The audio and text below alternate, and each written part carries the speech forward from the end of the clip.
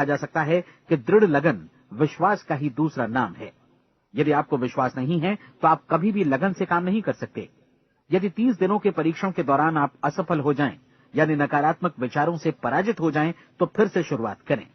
धीरे धीरे आपकी नई आदत बन जाएगी और आप अपने आप को उन गिने चुने लोगों में पाएंगे जिनके सामने कुछ भी असंभव नहीं है। आप अपने कार्ड को मत भूलें।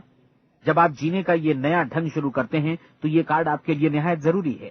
इसकी एक तरफ आप अपना लक्ष्य लिखें, जो भी आपका लक्ष्य हो, और दूसरी तरफ धर्मोपदेश की ये पंक्तियां लिखें। पूछो और वो तुम्हें मिलेगा, ढूंढो और तुम उसे निश्चित पाओगे, दस्तक दो और द्वार तुम्हारे लिए खुलेगा। परीक्षण के दौरान अपने खाली समय में प्रेरक पुस्तकें पढ़ें, यह आपके लिए काफी उपयोगी रहेंगी। जीवन में कभी भी कोई महान कार्य बिना प्रेरणा के संपन्न नहीं हो सका है। ये ध्यान रखें कि परीक्षण अवधि के 30 दिनों के दौरान आपकी प्रेरणा अपने शीर्ष बिंदु पर रहे। सबसे बड़ी बात कि आप चिंता बिल्कुल न करें, क्योंकि चिंता भय को जन्म देती है और भय जीवन को तोड़ देता है। याद रखें कि आपको अपना लक्ष्य अपने सामने बिल्कुल स्पष्ट रखना है, बाकी सारी चीजें खुद ब खुद तय होती चली जाएंगी। ये भी ध्यान रखें कि आप हमेशा शांत और प्रसन्न चित्त बने रहें। किसी भी छोटी मोटी बात को इजाजत न दें कि वो आपको परेशान या खिन्न करे और मार्ग से हटा दे। हो सकता है कि परीक्षण को कठिन जानकर कोई कहे कि मैं इसकी चिंता क्यों करूं।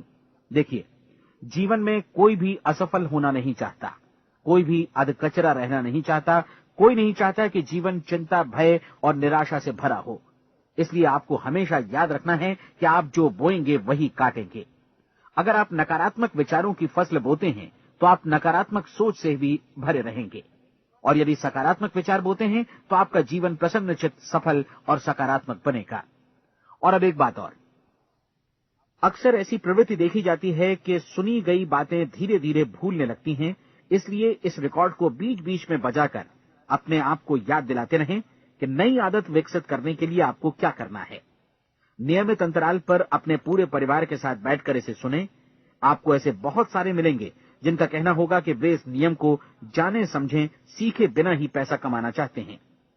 ये वैसे लोग हैं जो बिना कोई परिश्रम किए, बिना कोई कीमत चुकाए मुफ्त में ही बहुत कुछ पाना चाहते हैं, और ऐसे लोग जीवन में असफल रहते हैं।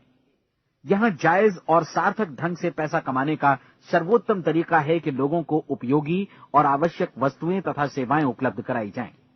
हम अपने उत्पाद और सेवाओं का विनिमय ही लोगों के पैसों से करते हैं। इसलिए प्रामाणिक नियम के अनुसार हमें उसी अनुपात में आर्थिक लाभ हासिल होगा जिस अनुपात में हम लोगों की सेवा करेंगे। सफलता कभी भी पैसा कमाने का परिणाम नहीं है, बल्कि इसके विपरीत सफलता के परिणाम स्वरूप ही हम पैसा कमा पाते हैं, और सफलता हमें उसी अनुपात में हासिल होगी जिस अनुपात में हम परिश्रम करेंगे, लोगों को अपनी सेवाएं उपलब्ध कराएंगे। अधिकांश लोग इस नियम को उल्टा समझते हैं। उनका मानना होता है कि अगर आप भरपूर पैसा कमा रहे हैं तो आप सफल हैं, जबकि सच्चाई ये है कि आप पैसा तभी कमा सकते हैं जब पहले आप सफलता प्राप्त कर लें।